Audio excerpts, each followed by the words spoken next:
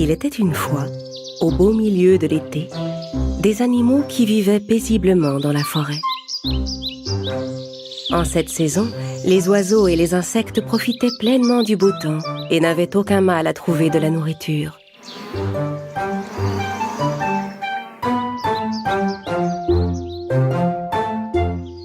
Pour la paresseuse cigale, c'était un jour comme les autres.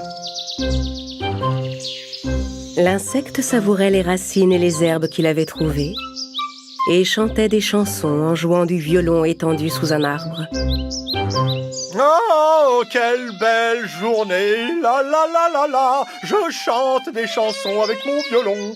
Je ne connais pas les paroles de la chanson, mais à quoi bon?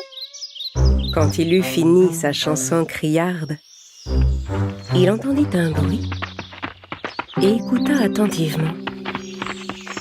Pour essayer de repérer d'où venait le bruit, il grimpa plus haut sur une branche de l'arbre. C'est alors qu'il aperçut un peu plus loin une longue file de fourmis. Les insectes marchaient en rang comme des soldats. Chaque fourmi transportait à grand-peine des graines et des fruits séchés qui étaient tombés des arbres. La cigale sauta à terre et regarda les fourmis s'éloigner avec un air d'incompréhension. Je ne comprendrai jamais ces fourmis. Elles travaillent tout le temps. À cet instant, il aperçut une fourmi qui venait vers lui. Le petit insecte transportait sur son dos une graine bien plus grosse que lui.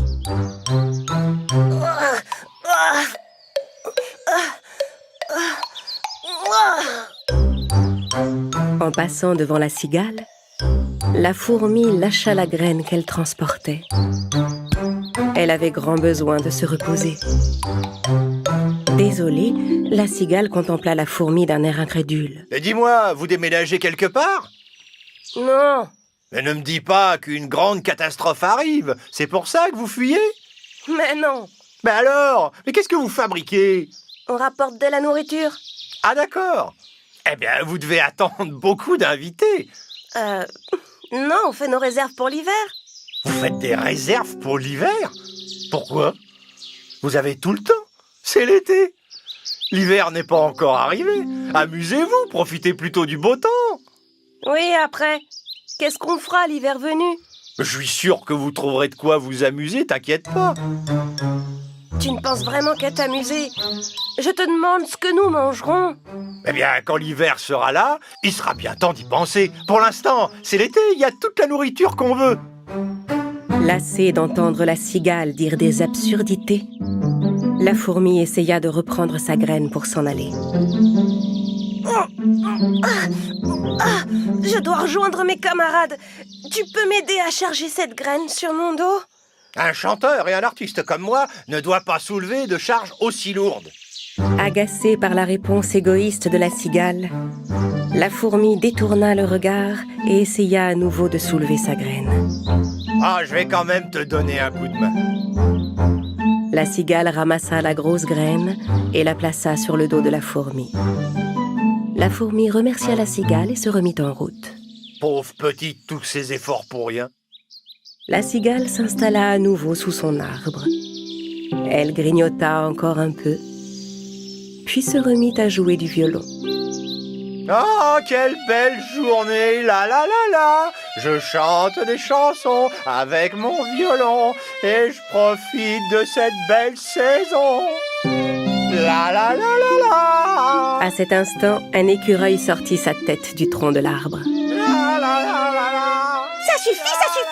Arrête ça, s'il te plaît! Va chanter ta chanson ailleurs! J'essaie de me reposer, moi! Alors la cigale arrêta de chanter, jeta un regard dédaigneux à l'écureuil, ramassa son violon et s'en alla. Ils ne savent pas apprécier les véritables artistes dans cette forêt. L'été était toujours aussi beau et les fourmis continuaient de transporter de la nourriture dans leur fourmilière.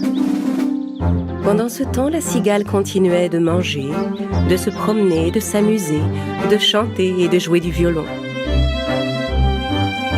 Enfin, l'hiver arriva et le froid s'installa. Un matin, en se réveillant, les fourmis regardèrent dehors et virent que tout le paysage était recouvert de neige. Les petites fourmis eurent une pensée pour tous les animaux qui vivaient dans le froid, tremblants et affamés. De son côté, les herbes étant ensevelies par la neige, la cigale n'avait rien trouvé à manger depuis des jours. Tremblante, à bout de force, elle était incapable de chanter ou de jouer du violon.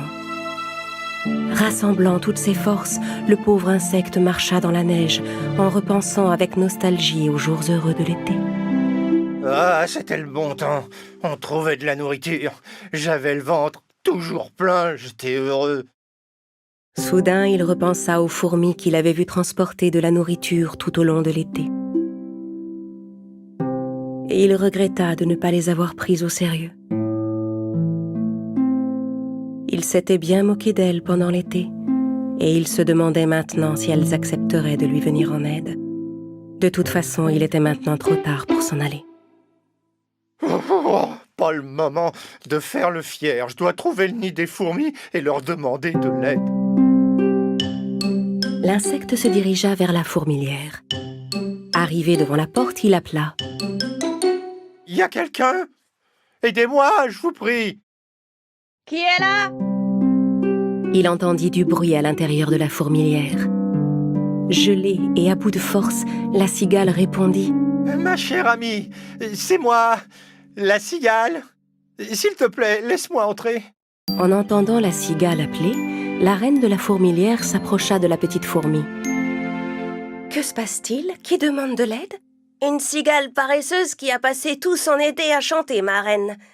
Je pense qu'elle nous appelle parce qu'elle a faim. Ouvrons-lui. Quiconque vient frapper à notre porte pour demander de l'aide doit être reçu. La reine et ses fourmis se dirigèrent vers l'entrée de la fourmilière et sortirent pour voir. La cigale gisait sur le sol enneigé, épuisée. Les fourmis ramassèrent le pauvre insecte et le transportèrent dans leur nid. Bien au chaud dans la fourmilière, la cigale revint à elle. Les fourmis lui donnèrent de l'eau et de la nourriture. Une fois remise sur pied, la cigale remercia la reine et alla trouver la petite fourmi. « J'ai été très injuste avec toi. Tandis que tu travaillais durement, j'ai passé l'été à jouer de la musique. Et pourtant, tu m'as prévenu, mais je t'ai pas prise au sérieux. Je regrette. » Que ça te serve de leçon, au moins. Nous aussi, on aurait bien aimé s'amuser cet été. Mais on devait penser à l'avenir. Si on n'avait pas fait des réserves de nourriture, on aurait été dans la même situation que toi. La cigale resta quelque temps chez les fourmis. Elle allait de mieux en mieux et reprenait des forces. Quand elle s'en alla, les fourmis lui donnèrent de la nourriture à emporter. Merci pour tout, mes amis. Vous m'avez sauvé la vie. Je ne l'oublierai jamais. À partir de maintenant, je ne serai plus jamais paresseux. Je peux te demander quelque chose? Mais bien sûr. Qu'est-ce que tu veux? Quand l'été sera revenu, tu pourrais peut-être prendre des leçons de musique et apprendre à jouer du violon. Je suis sûre que ça ferait plaisir à tous les animaux.